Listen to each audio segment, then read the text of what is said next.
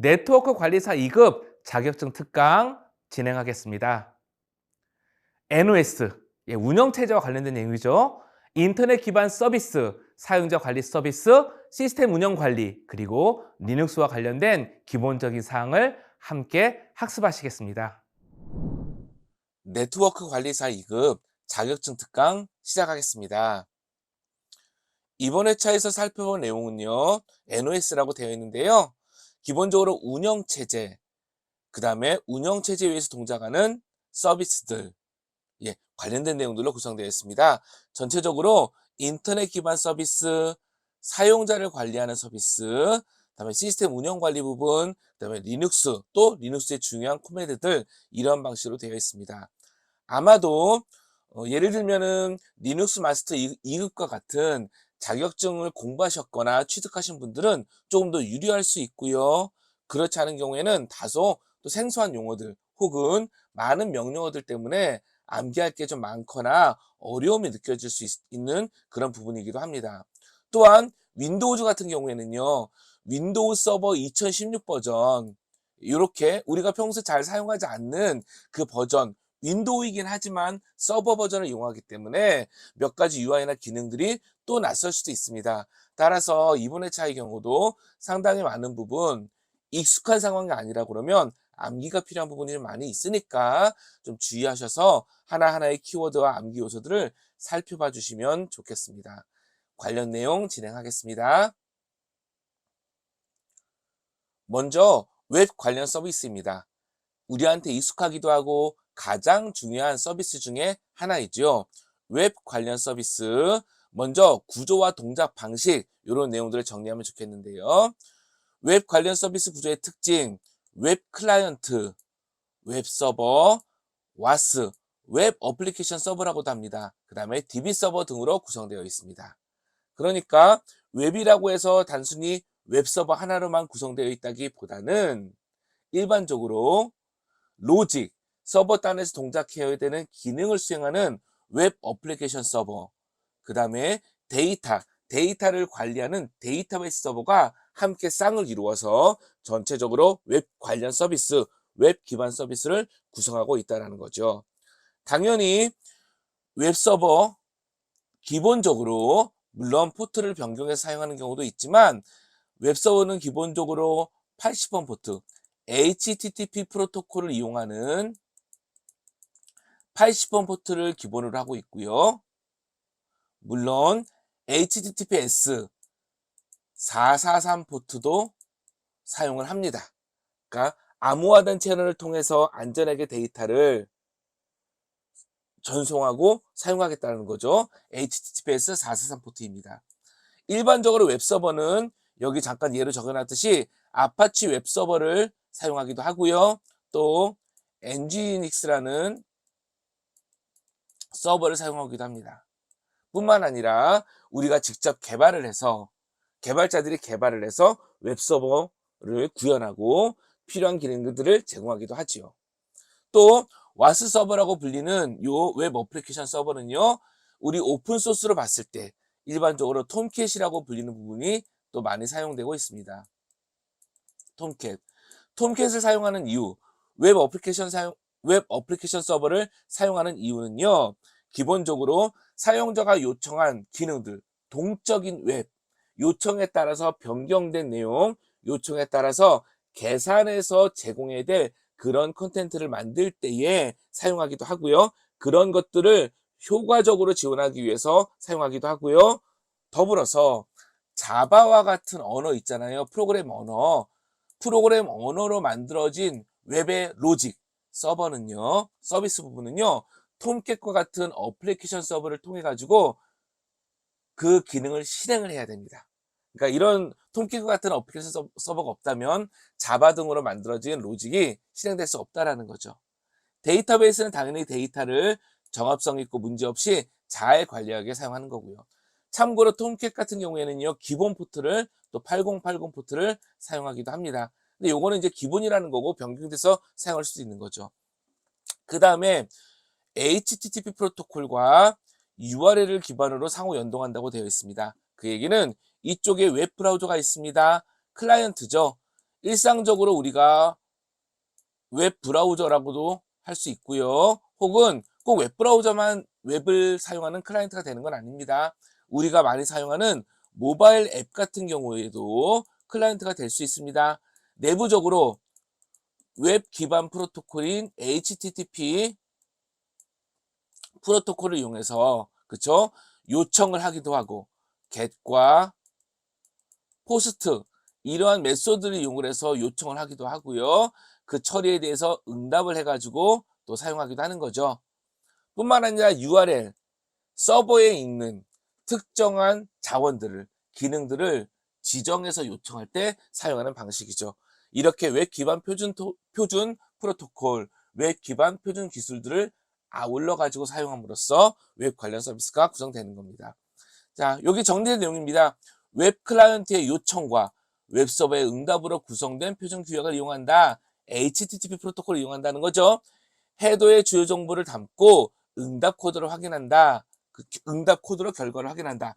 HTTP 프로토콜에 따라서 헤더와 데이터 부분으로 서로 중요한 정보를 주고받고요.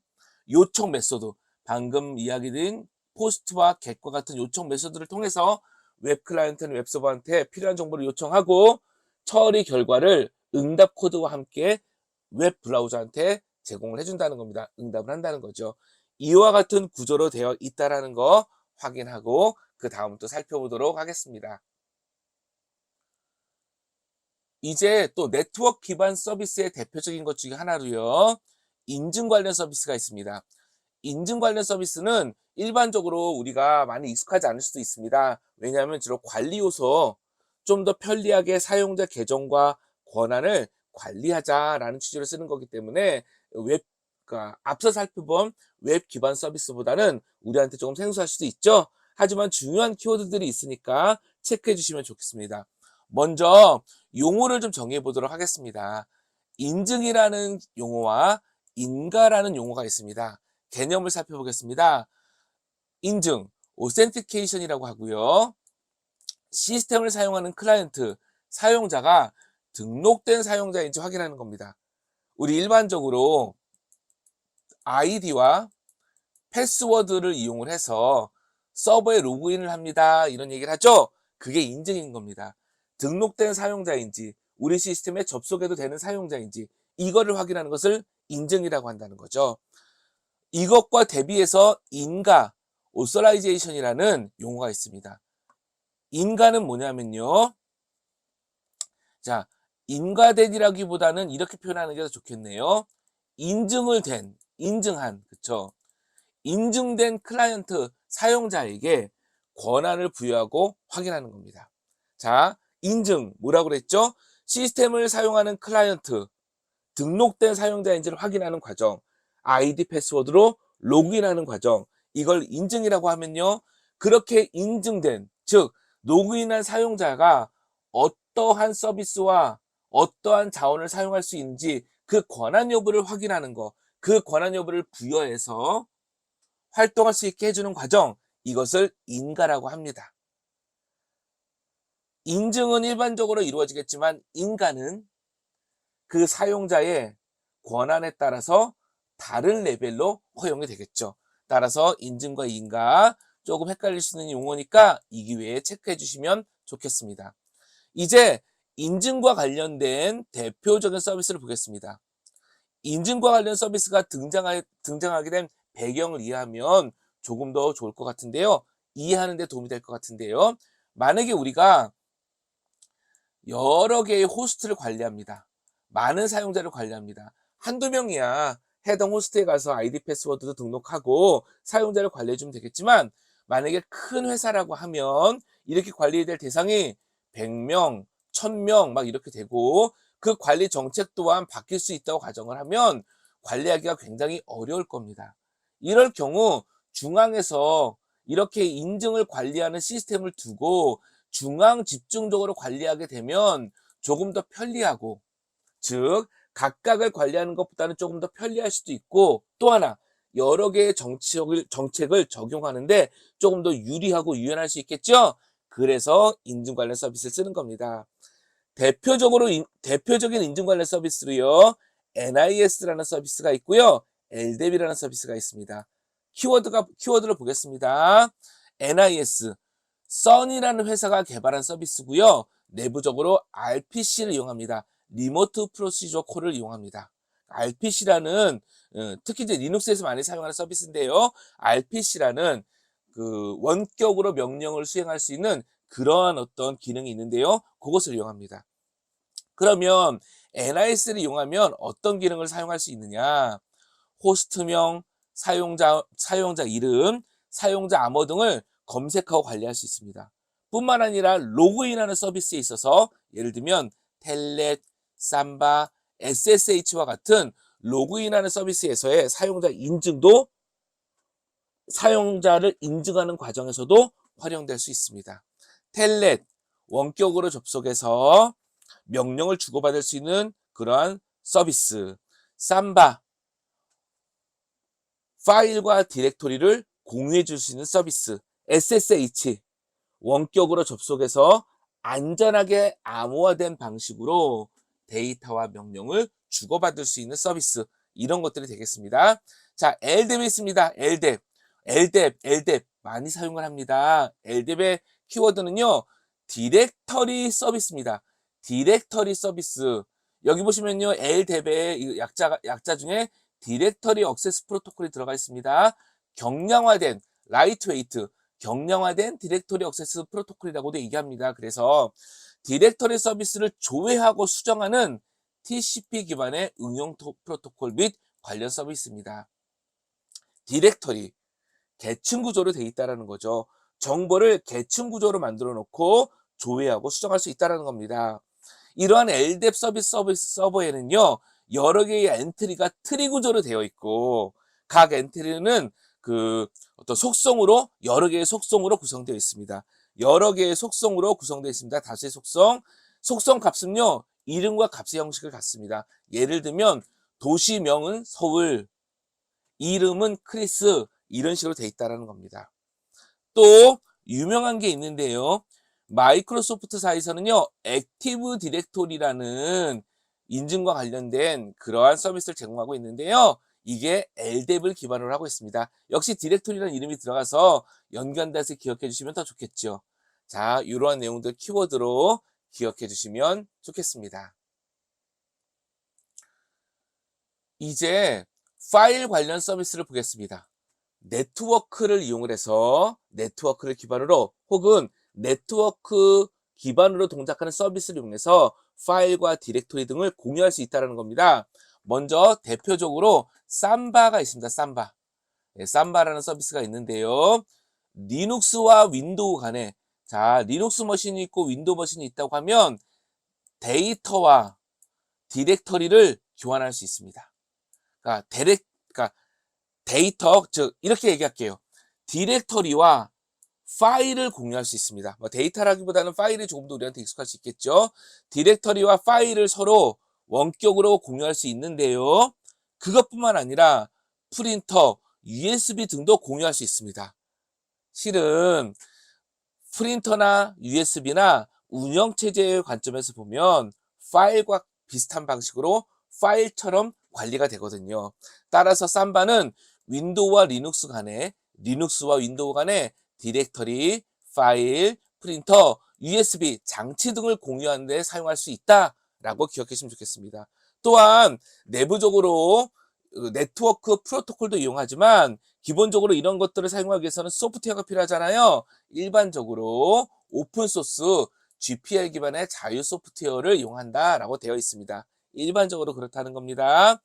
그 다음에 사용하는 프로토콜을 볼게요.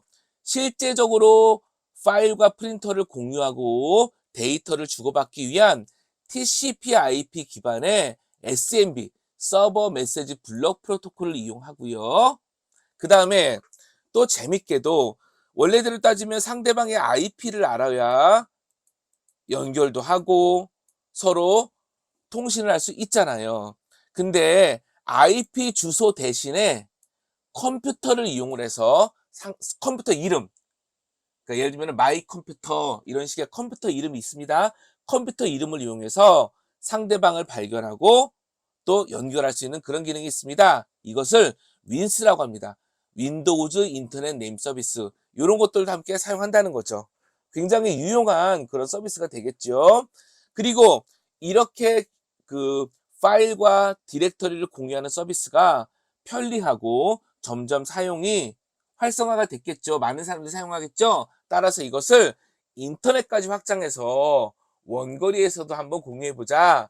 SMB를 인터넷까지 확장한 표준 프로토콜로 CIFS, Common Internet File System이라는 것도 나오게 되었습니다. 자, 이런 내용들 기억해 주시면 좋겠습니다. 기본적으로 삼바가 어떠한 서비스인지 특징과 용도에 대해서 기억해 주셔야 되고요. 내부적으로 사용하는 프로토콜이 SMB, 윈스, 그 다음에 인터넷까지 SMB 프로토콜을 확장한 CIFS가 있다. 이러한 것들이 중요한 체크 포인트가 되겠습니다. 이제 FTP 서비스의 특징을 볼게요. FTP 서비스. 이거는 어떻게 보면 우리가 상대적으로 또 많이 사용해 봤을 만한 그러한 프로토콜 혹은 서비스가 되겠습니다.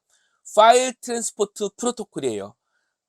파일을 빠르게 효율적으로 전송할 수 있는, 주고받을 수 있는, 업로드하고 다운로드할 수 있는 그러한 프로토콜 혹은 관련 서비스라는 거죠. 자, 개념을 보겠습니다. TCP/IP 프로토콜을 기반으로 서버와 클라이언트 간에 파일을 전송하기 위한 프로토콜, FTP 프로토콜이라는 겁니다. 또 응용 서비스를 의미합니다. 프로토콜이자 FTP를 이용해서 파일을 주고받을 수 있는 응용 서비스를 통칭하는 그런 용어라는 겁니다. 프로토콜은 TCP/IP를 씁니다. IP야 당연히 인터넷을 쓰는 거니까 사용한다고 해도 UDP가 아닌 TCP를 씁니다. 왜 그럴까요? 파일을 주고받을 때에 데이터가 손실되면 안 되잖아요. TCP는 신뢰성 있는 데이터 전송을 지원하니까 당연히 TCP를 써야겠죠. UDP를 쓴다 그러면 사용한다고 하면 빠르게 데이터를 주고받을 수는 있지만 데이터의 손실을 감안해야 되잖아요. 손실이 있을 수도 있잖아요. 그래서 TCP를 쓰는 게 타당하겠습니다. 자, 중요한 내용인데요. 포트로는요, TCP 포트 20번과 21번 포트를 기본으로 사용합니다. 21번 포트, 제어를 위해서 사용하고요. 20번 포트, 기본으로 데이터 전송을 위해서 사용합니다.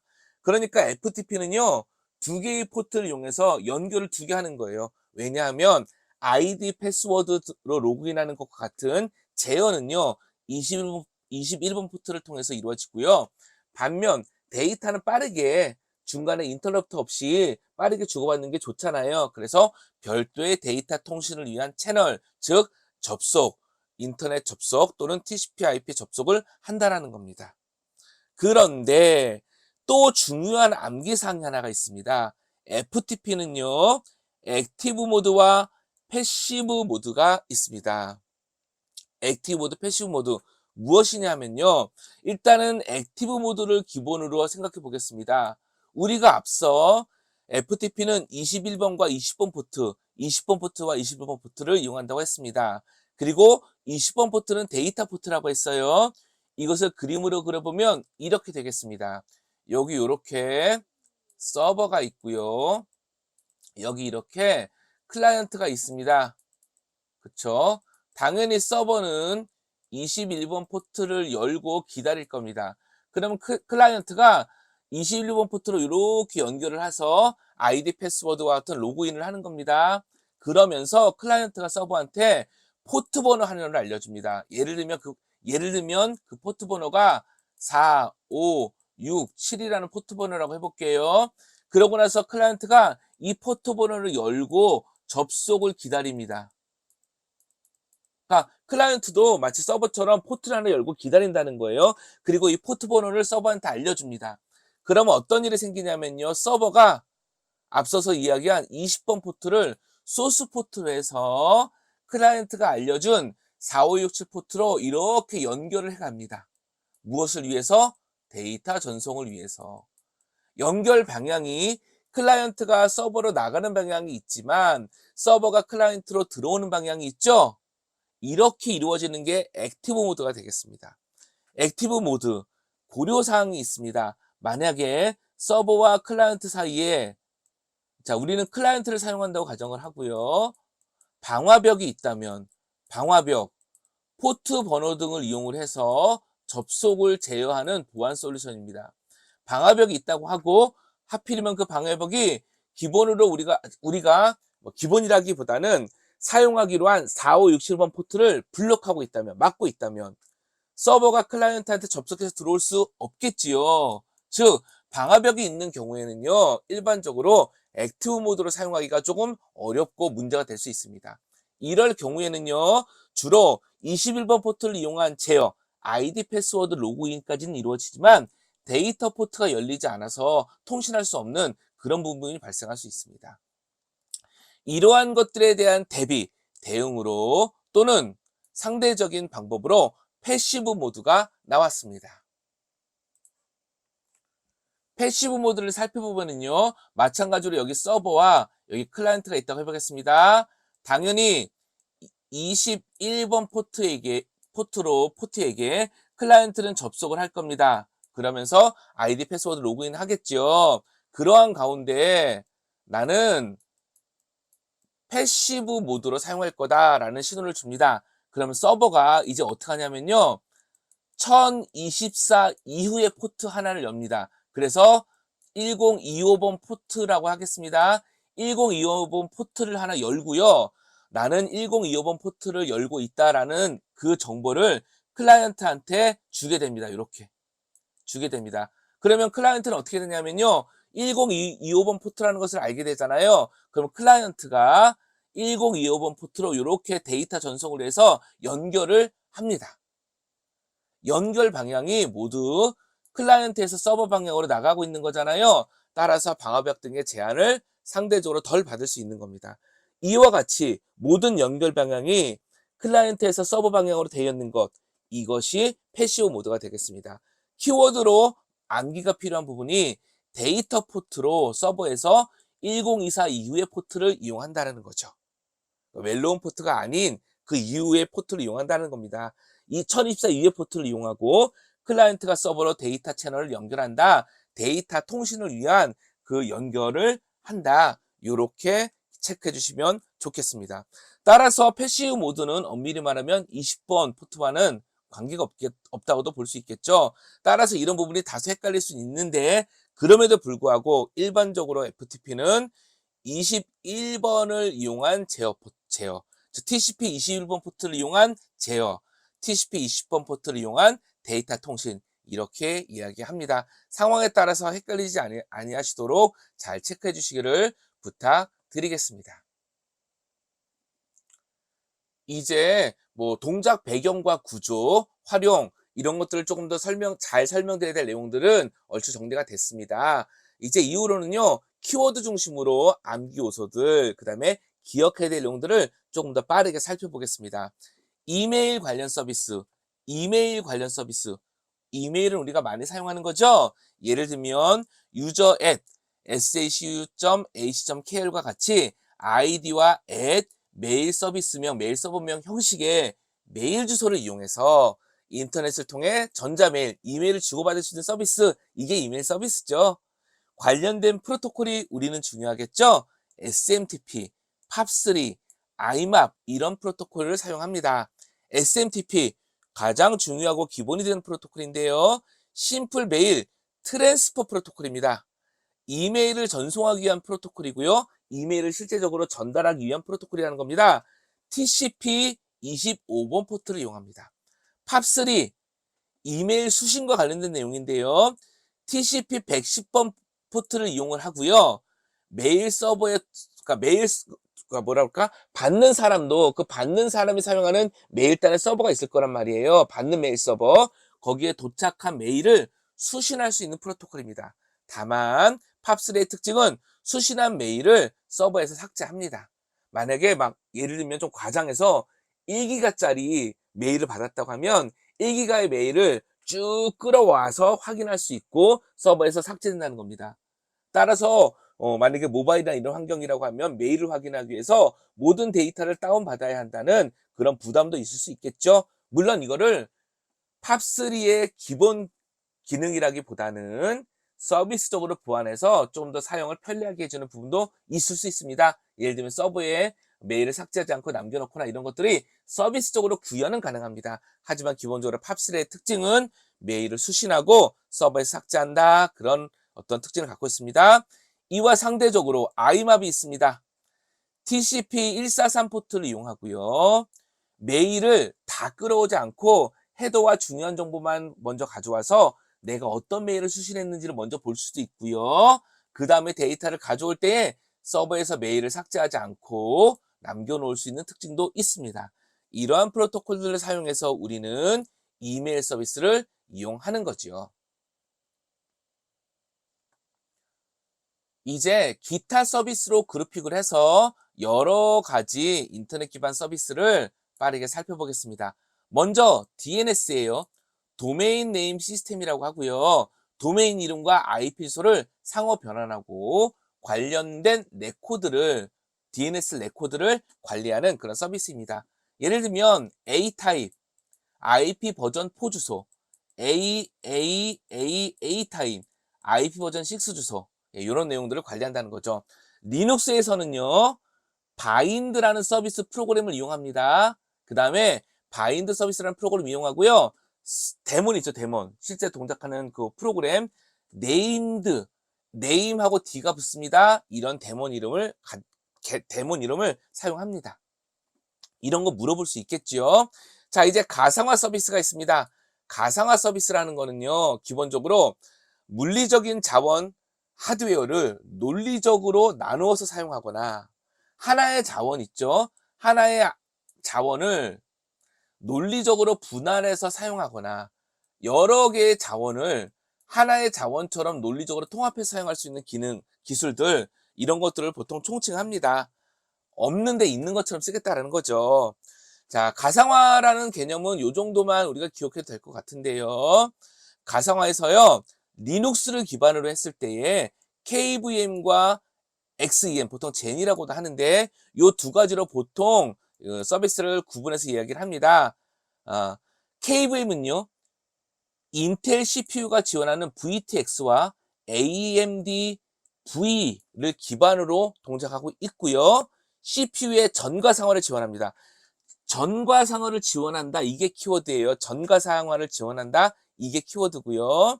그 다음에 젠은요. CPU 전가상화와 반가상화를 모두 지원합니다. 전가상화와 반가상화를 또 개념을 잠깐 말씀드리면요. 전가상화는요. 하이퍼바이저라는 게 있습니다. 하이퍼바이저라는 게 있는데요. 하이퍼바이저에 의해서 운영체제들의 요청을, 그러니까 이거죠. 여기 이렇게 가상머신들이 있을 거란 말이에요. 그쵸? 가상머신들에 설치되어 있는 운영체제들이 있을 거란 말이에요. 그쵸? 하이퍼바이저에 의해서 중계에 따라서 그 운영체제가 하드웨어 자원들을 사용하려고 했을 때에 옆에서 그것을 조율하고 그 다음에 조정해주는 그런 역할을 동작하는 것을 전가상화라고 합니다. 반면에 반가상화는요, 그 가상머신에서 사용하는 운영체제 있잖아요. 운영체제의 기능 자체를 확장해서 필요한 요청들을 할 수 있도록 만들어주는 거예요. 그러니까 하이퍼바이저 역할에 따라서 전가상화와 반가상화가 나뉠 수 있습니다. 이 부분이 좀 어려울 수도 있어요. 그래서 일단 암기 요소로는요. 가상화에서는 KVM인 전가상화, XEN, 젠은 전가상화와 반가상화를 모두 지원한다. 이렇게 좀 기억을 해주시면 좋을 것 같습니다. KVM 전가상화 이렇게 하나만 기억해 주셔도 더 암기 연료수가 줄 수도 있겠죠. 자, 이렇게 가상화 서비스 또 관련된 키워드가 있습니다. 그 다음에 프록시가 있습니다. 프록시 서비스는 뭐냐면요. 자, 현재 여기에서는 우리 이 페이지에서는요. 프록시 서버를 일종의 캐시 서버로도 설명드리고 있는 건데요. 클라이언트와 서버 사이에 위치하는 겁니다. 원래 클라이언트가 있고 서버가 있다면 다이렉트로 1대1로 통신해야 되잖아요. 근데 프록시 서버를 중간에 두어서 프록시 서버의 요청 중계를 통해서 이렇게 통신하겠다라는 거예요. 클라이언트와 서버 사이 위치에서 요청과 응답을 중개해 주는 거죠. 어떠한 장점이 있냐? 만약에 서버가 외국 멀리 있다고 해볼게요. 그럼 데이터를 주고받을 때 상대적으로 조금 시간이 더 걸릴 수도 있겠죠? 근데 우리나라 가까운 곳 또는 아예 우리나라 안에 프록시 서버를 두고 대용량의 데이터를 요청이 있을 때, 데이터 요청이 있을 때 굳이 외국까지 갔다 오지 않고 가까운 서비스, 프록시 서버로부터 응답을 할 수 있다면 조금 더 빠르게 응답할 수 있겠죠? 이런 것들을 캐시 서버라고 하는데요. 예, 이렇게 보통 캐시 서버들을 운영할 때 프록시 서버를 사용합니다. 대표적으로 리눅스에서 스퀴드라는 서비스가 있습니다. 자, 이제 DHCP 서버가 있습니다. DHCP 서버 뭐죠? 클라이언트가 사용할, PC가 사용할 IP 주소, 게이트웨이 주소, 네임 서버 주소, DNS 서버 주소 말하는 거죠. 이런 것들을 수동으로 세팅하는 게 아니라 자동으로 할당할 수 있는 그런 서비스가 되겠습니다. 자, UDP입니다. 요거 UDP입니다. UDP 프로토콜을 이용하고요. 브로드캐스트 통신 방식을 이용합니다. 자, 윈도우를 기준으로 보면은요, DHCP 서비스를 위해서 디스커버, 오퍼, 리퀘스트, 액놀리지라는 이러한 서비스들을 프로그램들 모듈을 이용합니다. 자, 이런 것들도 기억해 주시면 좋겠죠.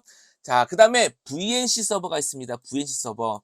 원격 접속하는 서버라고 생각해 주시면 될 것 같아요.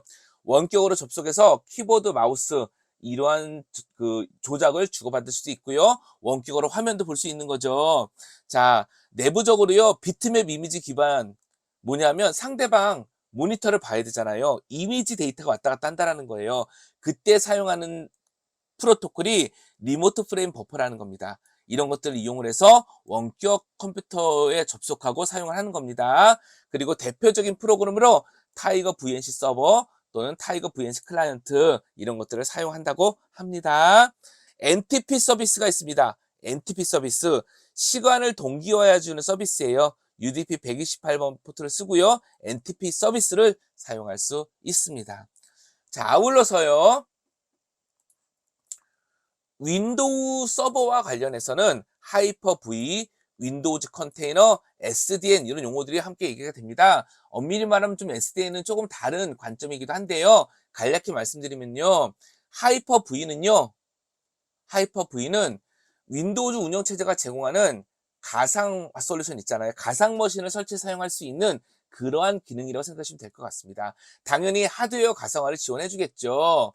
하이퍼V는요. 64비트 기반의 CPU에서 지원을 합니다. 그쵸? 당연히 하드웨어 가상화가 들어가니까, 그쵸? 격리해서 동작할 수 있는 가상 머신을 만들 수 있는 그러한 서비스를 제공해 주겠죠. 또 윈도우즈 컨테이너라는 게 있습니다. 윈도우즈 서버 2016에 새로 추가된 기능인데요. 그 가상 머신을 직접 만드는 게 아니라 컨테이너 기반 가상화라고 해서요. 운영체제의 중요한 기능은 공유하면서 내가 필요한 데이터와 서비스만을 컨테이너라는 그룹으로 묶어서 사용할 수 있는 그런 상대적으로 경량화된 가상화 솔루션입니다. 그래서 윈도우즈가 2016 버전, 서버 2016 버전부터는 컨테이너, 윈도우즈 컨테이너도 지원하고 있다. 이렇게 체크해 주시면 좋겠습니다. 계속 보겠습니다. SDN이 있습니다. SDN은요, 소프트웨어 디파인드 네트워크인데요. 네트워크의 동작 방식을 소프트웨어로 정해서 쓰겠다는 겁니다. 우리 이후에 다시 설명이 나옵니다. 다른 회차에서 또 설명이 나오니까 그때 보기로 하고요. 지금은 이러한 용어들이 윈도우에서 함께 이야기가 되고 있습니다. 라는 것으로 기억해 주시면 좋겠습니다. 참고로 오해가 있을까 봐 얘기 드리는데요. 윈도우즈 컨테이너, OS의 기능을 공유한다고 했습니다. 그렇다고 해서 컨테이너를 동작하는 각각의 어떤 그런 서비스 또는 단위, 작은 단위의 가상 머신이라고 할게요. 이런 것들이 서로 데이터나 OS 커널과 관련된 부분이나 또는 프로그램들을 서로 직접 공유하지는 않습니다. 상대적으로 가상 머신보다는 그쵸? 별도의 운영 체제를 설치하지 않고 가상 머신처럼 별도의 운영 체제를 설치하지 않고 기능을 사용할 수 있다라는 그런 경량화된 특징이 있다. 이런 얘기입니다. 자, 요 정도 정리하고 계속 관련 내용 보아 가겠습니다. 이제 윈도우 2016 기준으로 윈도우 서버 운영체제의 서버 구성 방법에 대해서 한번 같이 모아가지고 보도록 하겠습니다. 먼저 IIS가 있습니다. 인터넷 인포메이션 서비스가 되겠습니다. 자, 인터넷 서비스를 사용할 수 있다는 거예요. 대표적인 인터넷 서비스가 뭐가 있죠? 맞습니다. FTP 서버, 웹 서버, FTP 서버 이런 것들을 활성화하고 설정하고 사용할 수 있다라는 겁니다. 이게 IIS 서버가 되겠습니다. 사용하는 방법은요. 요게 이제 우리가 실제 윈도우 2016 서버를 사용하게 되면 프로그램 UI로 이렇게 나올 겁니다. UI로 나오는데 UI까지는 제가 캡처하진 않고요. 메뉴 체계만 간단하게 말씀드리겠습니다. IIS에서 서버 관리자에서 역할이 있습니다. 역할. 어떤 역할을 담당할 것이냐? 그 역할을 추가할 거라는 거예요. 역할을 추가할 건데 그게 서버의 역할이다. 여기까지 진입을 하게 되면 여기에서 웹 서버로 사용할 수도 있고 FTP로 FTP 설치를 할 수 있다는 겁니다. 설치를 설정하고 사용할 수 있다는 겁니다. 요 흐름 정도 기억해 주시면 좋겠습니다. 먼저는 IIS라는 서비스 기억해 주시면 좋을 것 같고요. 서버 역할을 추가해서 웹 서버와 FTP 서버를 사용할 수 있다. 요거 함께 체크해 주시면 좋겠죠. 자, 그 다음에 윈도우에도 당연히 DNS 서버가 있습니다. DNS 서버 뭐죠? 예, 도메인 네임과 IP를 변환해 주는 거죠. 자, DNS 서비스를 사용하게 되면요, 존이라는 개념이 나옵니다. 존이 뭐냐 하면요, 그 도메인 네임과 관련된 IP 도메인과 관련된 정보 있잖아요. 그것을 관리하는 정보 구조라고 생각하시면 되겠습니다. 근데 이게 정방향 조회가 있고 역방향 조회가 있습니다. 정방향 조회는 뭐냐 하면요, 정방향, 바른 방향이란 얘기예요. 예, 맞습니다. 도메인 네임을 통해서 IP를 조회하는 거예요. 역방향은 뭘까요? IP 주소를 이용을 해서 도메인 이름을 조회해 보는 거예요. 그쵸? 이거 DNS 레코드로 따지면 PTR 레코드가 되는 겁니다. 자, 이렇게 조회 방향이 있다. 요 정도 봐주시는 겁니다. 정방향 조회, 역방향 조회가 있다라는 겁니다. 자, 그 다음에 DHCP 서버가 있는데요. 자, 서버가 있습니다. 디스커버, 발견하다, 오퍼, 제공하다, 리퀘스트 요청하다, 액놀리지. 이렇게 4개로 구성되어 있다도 함께 체크해 주시면 좋겠습니다. 그 다음에 분산 파일 시스템, 파일 서버가 있어요. 이름, 명칭을 기억해 주시면 좋겠는데요. 파일 서비스 리소스 매니저 기능을 이용한다고 하는데 FSRM입니다. 즉, 분산 파일 시스템도 지원해 준다는 거예요. 파일 시스템을 분산해서 관리해 주는 파일 서버를 제공해 준다는 거예요. 폴더 단위로 용량을 제한하고 관리할 수 있습니다. 다음에 원격 접수도 지원해 줍니다. 텔넷, SSH, VNC, 그 다음에 RDP 이것도 원격으로 접속해서 화면을 보면서 그쵸? 윈도우즈를 제어할 수 있는 그런 서비스가 되겠습니다. 그리고 파워쉘도 있습니다. 파워쉘. 우리가 보통 그 윈도우에 보면 CMD 해가지고 커맨드 창이 뜨거든요. 이거 말고도요. 파워쉘이라고 해서 조금 더 많은 기능을 사용할 수 있는 쉘이 별도로 존재합니다. 쉘이 뭐냐면요. 사용자의 명령을 입력받아서 커널한테 전달하고 커널의 응답을 사용자한테 제공해주는 어떤 중개되는 그런 어떤 소프트웨어를 의미하거든요. 파워쉘도 있습니다. 라고 체크해 주시면 좋겠습니다. 또 윈도우즈 서버 같은 경우에는요. 사용자 관리를 하고 있죠. 그 관리 특징이요. 다중 사용자, 여러 명의 사용자 계정을 지원하고 있다는 거죠. 또 사용자마다 고유의 권한을 부여합니다. 할 수 있는 일이 다르다는 거예요. 그리고 또 그룹 계정을 지원하고요. 그러니까 그룹에 사용자를 속하게 함으로써 어떤 권한 같은 것들을 조금 더 유연하게 관리하겠다는 겁니다. 그리고 윈도우즈에는요, 이러한 그룹에 기본 그룹 계정이 있습니다. 기본으로 제공하는 계정이 있다는 거예요. 어드민스트레이터스, 관리자 권한입니다. 관리자 권한. 그 다음에 어카운트 오퍼레이터, 그쵸? 사용자나 그룹 계정을 관리하는 그룹입니다. 백업 오퍼레이터스, 시스템 백업을 위한 것이고요. 그 다음에 게스트가 있습니다. 일반적인 우리 왜 그 게스트라고 하잖아요. 그쵸? 또 기본적으로는 보안 같은 것을 고려하면 사용하지 않는 것을 권장하기도 합니다. 그 다음에 유저스 그룹이 있습니다. 자, 사용자를 생성하면 기본으로 소속되는 그룹이에요. 파워 유저스 그룹이 있습니다. 파워 유저스, 제한된 관리자 기능을 사용할 수 있는 그런 그룹입니다. 이러한 것들이 이렇게 있다라고 그룹들이 제공되고 있다는 겁니다. 그 다음에 사용자 계정. 사용자 계정은요, 크게 두 가지로 또 구분할 수 있는데요. 중앙이나 다른 컴퓨터의 관계를 고려하지 않고 내 PC 하나에다가 계정을 사용하겠다. 그게 독립된 서버에서 생성한 계정, 로컬 사용자 계정이 되겠습니다. 내 윈도우, 단일 윈도우 서버 안에서만 사용하겠다는 거죠. 이럴 경우에는요, 중앙에서 관리하는 액티브 디렉토리에 로그인할 수 없습니다. 자, 그 다음에 사용자를 계정을 만들거나 확인하는 그 어떤 기능을 제공하고 있는데요. 컴퓨터 관리, 시스템 도구, 로컬 사용자 및 그룹. 자, 당연히 사용자 그룹이겠죠. 여기서 사용자 항목에서 계정을 만들거나 확인할 수 있습니다. 또 아까 그룹 계정과 마찬가지로 기본적으로 사용자 계정도 기본 계정으로 지원을 해줍니다. 어드민스트레이터 관리자죠. 디폴트 어카운트, 게스트 이런 게 있습니다. 마찬가지로 게스트는 보안상의 이유로 사용하지 말아라 라고 권장을 하기도 합니다. 자, 요 정도로 해서 윈도우즈 서버의 사용자 관리 특징을 보겠습니다. 내친 김에 윈도우즈 액티브 디렉토리도 보겠습니다. 액티브 디렉토리 뭐죠? 예, 윈도우즈 운영체제에서 사용하는 디렉터리, 인증과 관련된 서비스죠. LDAP을 기반으로 하고 있습니다. 여러 가지 기능을 제공하는데요. 중앙에서 통합해서 관리하는 기능, 커버로스를 이용한 인증. 자, 커버로스도 설명하면 너무 좀 복잡해질 수 있으니까 지금은 커버로스라는 것을 이용해서 인증한다 정도만 체크하겠습니다. 정책을 할당하고 더 나가서 소프트웨어 배치 등도 지원해 준다고 합니다. 인증이라고 제가 이야기 드렸지만 인증 이상의 다양한 기능들을 제공하고 있다는 거죠. 그죠? 자, 다시 하겠습니다. 액티브 디렉터리에서 제공하는 주요한 기능들이 있는데 윈도우즈 기반 컴퓨터를 위한 커버로스 기반의 인증 서비스를 제공하고요. 데이터베이스를 이용한 DNS와 같은 다양한 네트워크 서비스도 제공을 합니다. 관리 위임, 디렉토리 정보 복제, DNS 통합 등 여러 가지 기능도 함께 제공을 해요. 즉 정책을 할당하고 하는 것들도 지원한다는 겁니다. 됐죠? 이런 것들을 지원한다고 합니다. 그래서 중요한 키워드 정도만 다시 확인하고 넘어가도록 하겠습니다. 그 다음에 중요한 게 있는데요.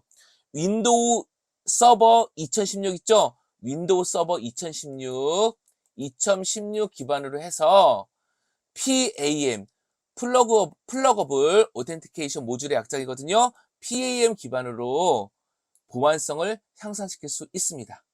외부 침입 등을 대응하거나 보안성을 활성화할 수 있다는 겁니다. 이런 기능을 제공한다고 해요. 기본 기능 보안 활동과 관련된 부분 있잖아요. 이것을 PAM을 통해서 기능을 확장할 수 있는 것을 열어놨다는 겁니다. 그 다음에 애저, 클라우드죠? 그쵸? 애저와 연동하는 부분도 있고요. 마이크로소프트 패스워드, 사용자 인증과 암호화 기능을 강화한 특징을 갖고 있다고 합니다. 자, 이러한 내용들이 뭐다? 밑에 있는 밑에서 적어놓은 거 있잖아요. 요게 윈도우 서버 2016에서 들어온 중요한 기능들입니다. 그거 외에 일반적인 기능들은 지원을 하고 있던 거고요. 또 한 가지 메모할 게 있습니다. 윈도우 서버 2016에서는요. 파일 복제 서비스 기능을 더 지원하지 않는다고 합니다. 이런 것들 체크해 주시면 좋겠습니다. 자, 액티브 디렉토리 인증으로 시작된 인증을 중심으로 한 서비스이긴 하지만 플러스에서 여러 가지 서비스를 또 함께 지원하고 관리를 효율적으로 또 효과적으로 할 수 있는 그러한 서비스를 함께 제공해주고 있는 거지요. 윈도우즈의 NTFS 파일 시스템을 보겠습니다. 기본으로 최신 윈도우에서 권장하고 있는 파일 시스템인 겁니다. 파일을 관리하는 체제를 말하는 겁니다. 시스템을 말하는 겁니다. 뉴 테크놀로지 파일 시스템의 약자이고요. NTFS 특징은요. 말씀드린 대로 윈도우의 기본 권장 파일 시스템이고요. 중요한 기능으로 사용자 권한 할당, 파일과 디렉토리를 암호화할 수도 있고요. 디스크를 암호화할 수도 있고요. 압축할 수도 있고요. 또 문제가 생겼을 때 복구하는 기능도 제공을 해줍니다. 자, 여기 말풍선으로 다뤄놓은 몇 가지 기능이 있는데요. 쿼터스가 있습니다. 사용자들한테 디스크 사용량을 제한해 줄 수도 있고요. EFS, 인크립션 파일 시스템, 뭐죠? 예, 파일과 디렉토리를 암호하는 기능입니다. 비트라커, 디스크를 암호하는 도구입니다. 다음에 USB 저널, 업데이트 시퀀스 넘버 저널 혹은 체인지 저널이라고 하는데요. 이것을 이용해서 저 로그를 관리하고 경우에 따라서 파일 시스템의 안정성을 확보하는, 즉 복구하는 그런 기능도 제공해 줄 수 있는 겁니다. 자, 이런 내용들을 중요하게 제공하고 있습니다.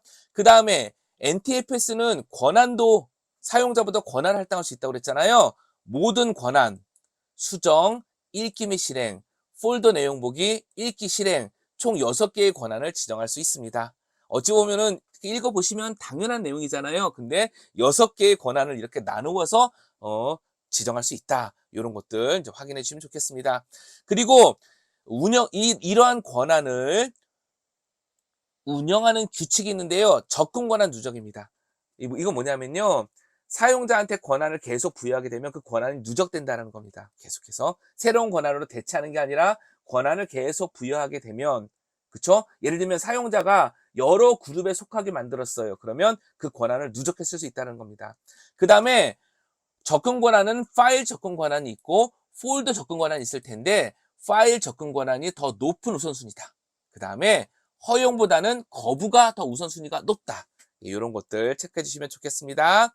그 다음에 파일 시스템 관련 명령어와 도구가 있는데요. 디스크 파트, 파일 시스템을 확인하는 게 있고요. 디스크 파트, 그러니까 파일 시스템을 확인하고 관리하는 명령인 거죠. 그 다음에 REFS라는 게 있습니다. 예, 리사일런트 파일 시스템이라고 볼 수 있는데요.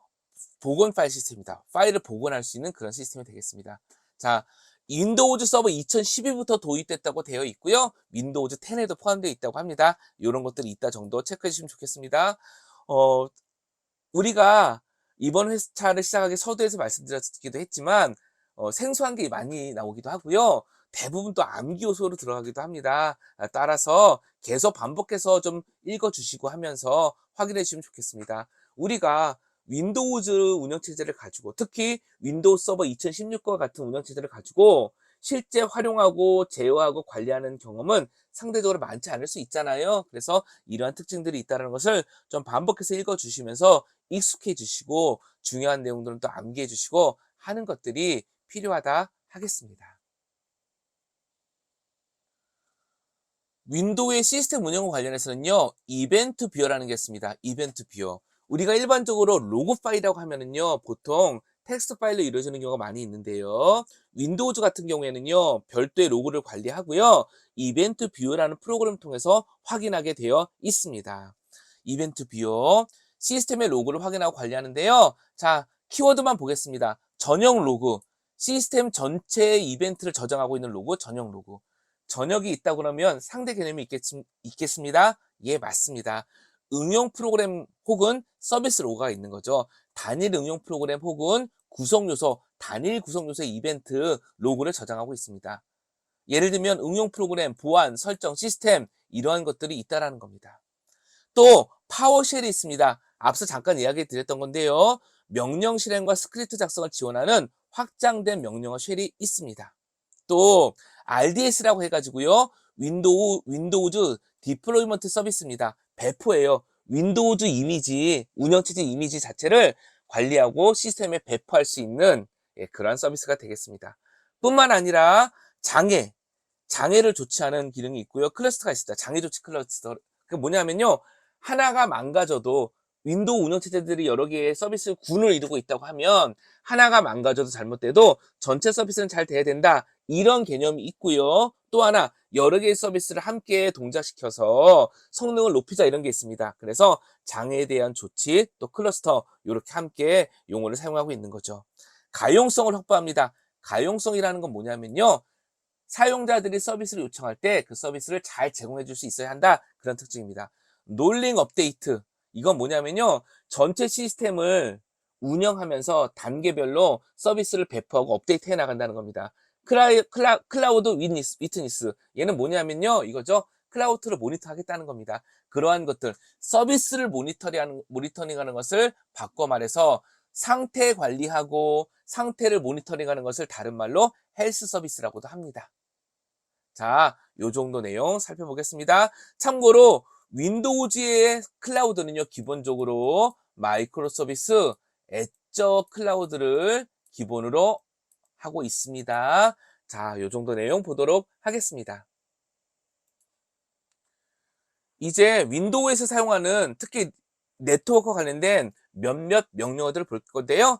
NS 루크업이 있습니다. 도메인 정보 확인하는 거예요. 여기 보시면 자, 우리 학교죠. sacu.ac.kr 이러한 도메인 이름에 대한 IP가 무엇인가 라는 게 궁금할 때 NS 루크업을 할 수 있다는 겁니다. 근데 우리가 알고 있는 게 있습니다. NS 루크업, 도메인 네임 쿼리. DNS는 레코드 타입이 있잖아요. 그래서 마이너스 타입 옵션으로 레코드 타입도 지정할 수 있습니다. 트레이서트가 있습니다. 트레이CERT입니다. 트레이CERT. 참고로 요거 잠시만요. 제가 잠시 확인해 봤는데 여기 트레이시에서 E가 없는 게 맞습니다. 자, 정확히 다시 적어드리겠습니다. 헷갈리실 수 있으니까요. 트레이CERT가 되겠습니다. 이거 좀 발음하기가 어렵죠? 트레이서트 이렇게 될 것 같은데요.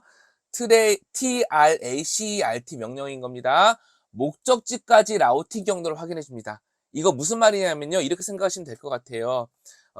여기 명령을 이렇게 타이핑 해놓은 게 있네요. 예를 들면 트레이서트 sjcu.ac.kr 그러면 학교 사이트까지 여러 개의 라우터나 경로를 통해서 이렇게 전달이 될 거란 말이에요. 그쵸? 도착을 할 거란 말이에요. 이 중간 경로들이 어떠한 것을 거치는지를 트레이싱 해볼 수 있다는 겁니다. 확인해 볼 수 있다는 겁니다. 이게 트레이서트가 되겠습니다. TRACERT 명령이 되겠습니다. 자, 그 다음에 또 핑이 있죠. 핑 명령어. 대상 시스템과 IP 통신이 가능한지 확인할 수 있는 명령어. 핑이 되겠습니다. 핑 sacu.ac.kr 응답이 오죠. 그러면 상대방 호스트가 활성되어 있고 어떻게 IP 통신이 가능하구나 이런 것을 점검할 수 있는 것이 되겠습니다. 참고로 핑 명령에 대한 응답이 없다고 하더라도 서비스는 활성화되어 있을 수 있습니다. 여러 가지 이유로 핑에 대한 응답을 막아낼 수도 있기 때문이에요. 이제 네스텟 보겠습니다. 네스텟 네트워크 연결 상태 정보를 보는 거고요. 여기 이렇게 커맨드 타이핑한 것을 캡처해 봤습니다. 이렇게 현재 내 네트워크 시스템, 그쵸? 네트워크 사용 상태를 표시해 줄 수 있습니다. 기본적으로 옵션들이 몇 개 있는데요. -A 모든 포트, -N 주소 및 포트, -O 프로세스 ID, -R 라우팅 테이블 이런 것들을 살펴볼 수 있는 추가적인 옵션도 있습니다. 기본적으로 네스텟이라는 명령어를 기억해 주셔야겠죠. 이제 리눅스 운영체제의 특징을 살펴보겠습니다. 혹시 당연히 우리가 리눅스 마스터 2급을 공부하시고 해당 과정을 먼저 살펴보셨다면 도움이 훨씬 많이 되겠죠. 그러니까 잠깐 여담으로 말씀드리자면 자격증이라는 거는 하나만 취득하는 게 아니라 연관되어 있는 여러 가지 자격증을 동시에 취득하고 함께 공부하는 게 훨씬 유리할 수도 있습니다. 왜냐면 중복되는 게 많이 있으니까요.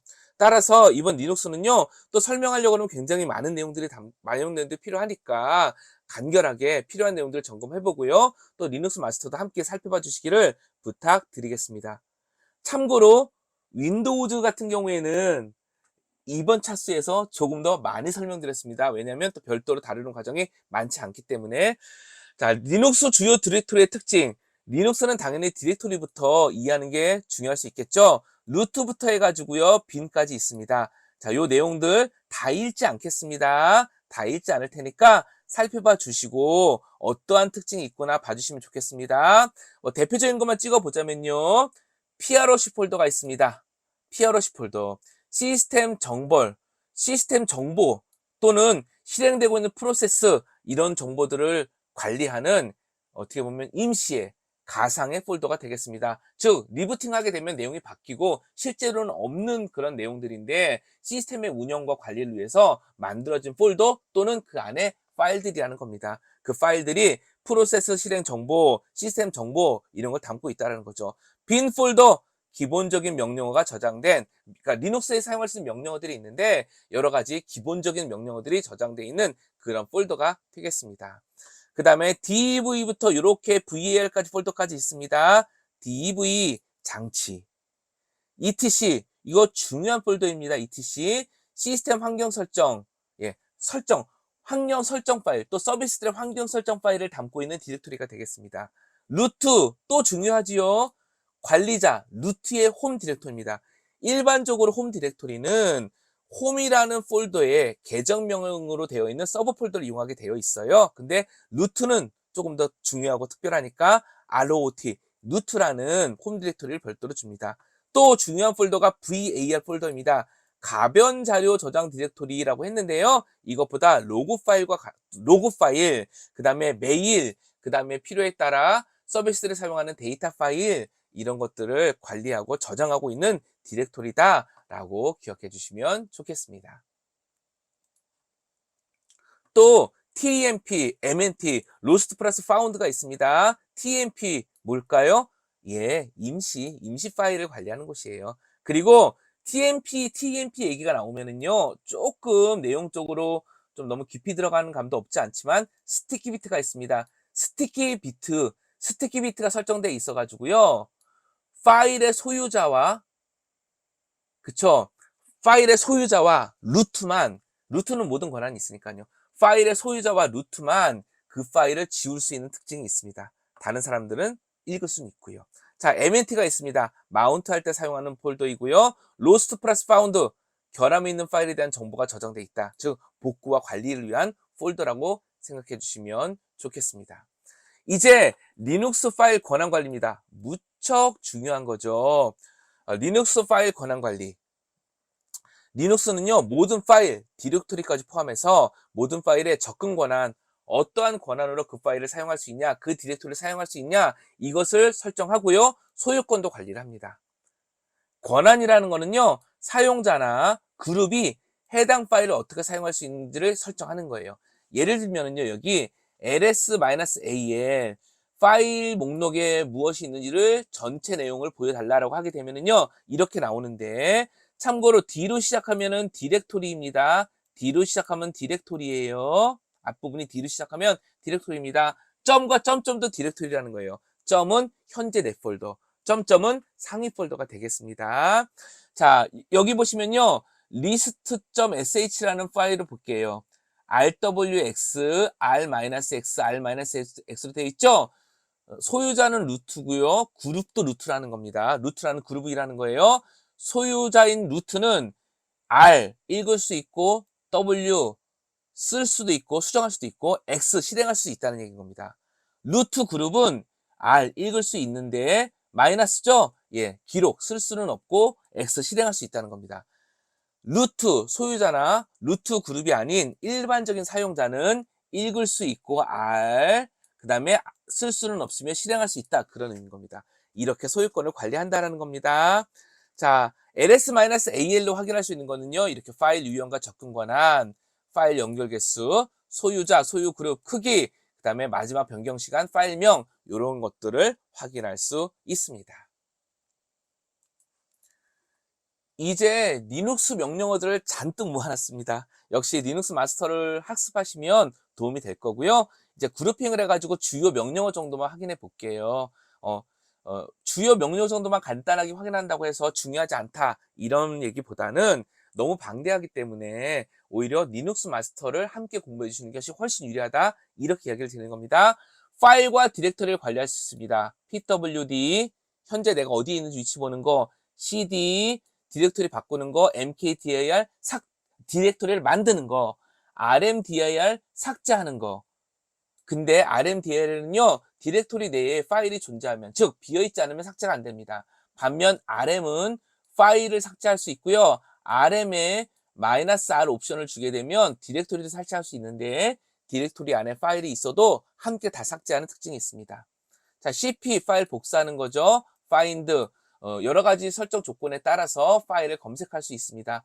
파일 재미있는 명령인데요. 우리가 JPG라고 그러면 보통 확장자가 JPG인 이미지 파일을 의미합니다. 근데 JPG는요, 원래 파일을 열어보면 JIFF라는 이러한 어떤 시그니처, 요 내용이 파일 안에 포함되어 있습니다. 이렇게 파일 시그니처를 보고 정말 그 파일이 어떤 파일인지를 내가 알아내겠다. 이게 파일 명령입니다. 그런 내용들이 있습니다. chmod, 아까 봤던 접근 권한, 사용 권한을 관리해 주는 거고요. chon, 소유자를 지정할 수 있습니다. 시스템 관리는요, 유저 애드, 사용자를 추가할 수 있는 거, 유저 될, 사용자 삭제하는 거, 이런 게 있고요. 패스워드, PASSWD, 무엇이죠? 패스워드 바꿔주는 게 있습니다. 셧다운, 종료하는 명령이 있고요. 그 다음에 디스크의 상태를 살펴볼 수 있는, 그러니까 사용량과 남은 용량 이런 걸 살펴볼 수 있는 DU, DF가 있습니다.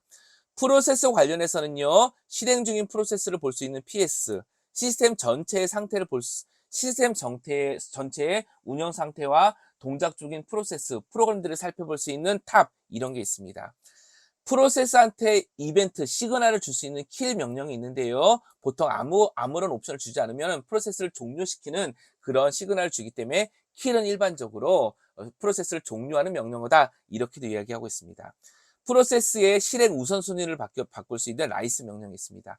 텍스트 편집과 관련해서는요, 기본적인 VI 편집기, 다음에 비록 CLI, 명령에서 사용할 수 있지만 단축키 메뉴를 보여주는 나노, 이런 게 있고요. 터치는 뭐냐면요, 빈 파일을 새로 만들거나 파일의 그 시간 있잖아요. 수정 시간을 변경해 줄 수 있는 프로그램이 되겠습니다. 파일 내용을 확인할 수 있는 cat 명령이 있고요. 네트워크 관련 명령 중요하겠지요. ifconfig, 네트워크 설정 볼 수 있는 거고요. 핑, ICMP 프로토콜을 이용해서 호스트까지 연결할 수 있는지를 보는 거고요. mbstat, 이거는 뭐냐면요, 우리가 그 시스템을 사용하다 보면요, IP가 충돌되는 경우가 발생할 수 있어요. 하나의 IP를 2개 이상 시스템이 사용하는 경우겠죠. 이런 경우들을 확인하고 관리할 수 있는 명령이 되겠습니다. nested, 상태 보는 거죠. nslookup, DNS 쿼리 하는 거고요. dig, nslookup 보다도 더 많은 기능을 제공하는 DNS 쿼리 프로그램이 되겠습니다. 이제 커널과 쉘을 보겠습니다. 커널, 용어의 개념 정도 보겠습니다. 커널, 운영체제의 핵심 기능이고요. 시스템의 자원을 관리하는 겁니다. 쉘, 커널과 사용자 사이에서 명령을 커널에 전달하고요. 커널의 응답을 사용자한테 전달하는 그런 어떤 기능을 제공합니다.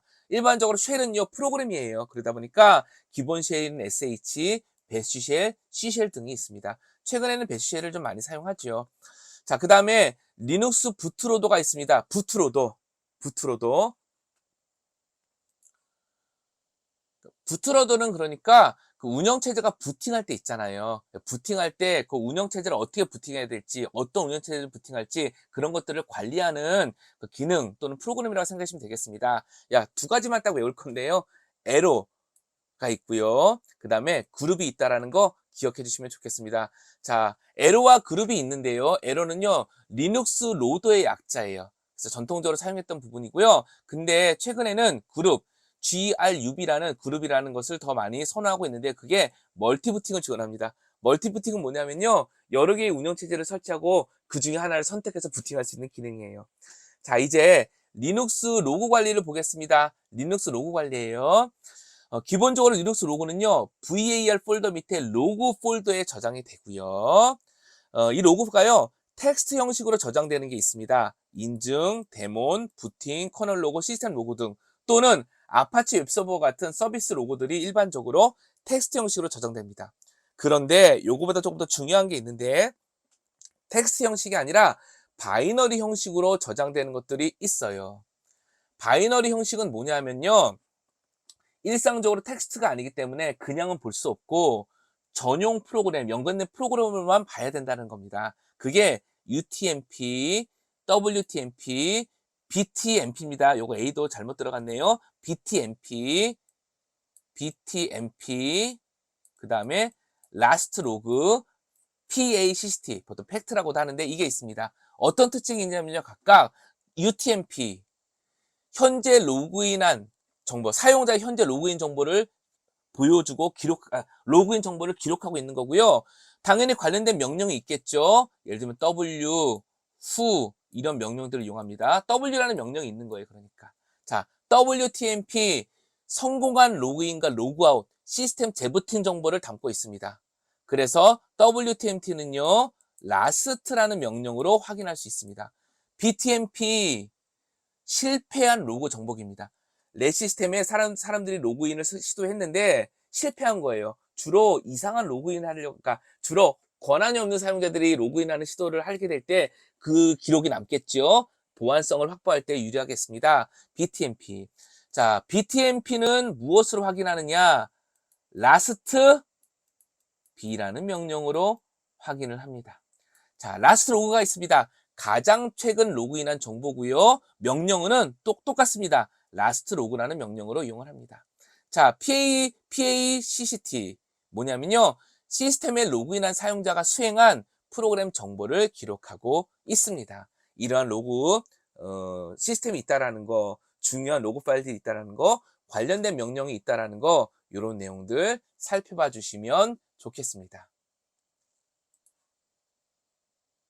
자, 이제 프로세스와 데몬을 볼 텐데요. 먼저는 용어입니다. 프로세스, 실행 중인 프로그램 인스턴스를 프로세스라고 합니다. 프로그램을 실행하면 그게 메모리에 올라가서 동작할 거잖아요. 그거를 프로세스라고 부른다는 겁니다. 포그라운드 프로세스와 백그라운드 프로세스로 구분할 수 있습니다. 부모 프로세스와 자식 프로세스로 구분할 수 있습니다. 포그라운드 프로세스는요. 사용자와 직접적으로 인터랙션을 가질 수 있는 그 상태로 실행되는 걸 포그라운드라고 하고요. 백그라운드, 흔히 말해서 뒷단에서 눈에 보이지 않게 사용자와 상호간의 인터랙션 없이 동작하는 프로세스, 이렇게 백그라운드 프로세스를 규정 짓습니다. 부모 프로세스, 자식 프로세스. 만약에 A라는 프로세스가 내부적으로 B라는 프로세스를 실행했다고 해볼게요. 그러면 부모, 자식 관계가 있다고 하는 겁니다. 부모 프로세스, 자식 프로세스라고 합니다. 자, 데몬이라는 용어가 있습니다. 서비스 프로그램 부팅하면서 동작하는 프로그램, 이거를 데몬이라고 보통 하고요. 보통 백그라운드로 실행이 되겠죠.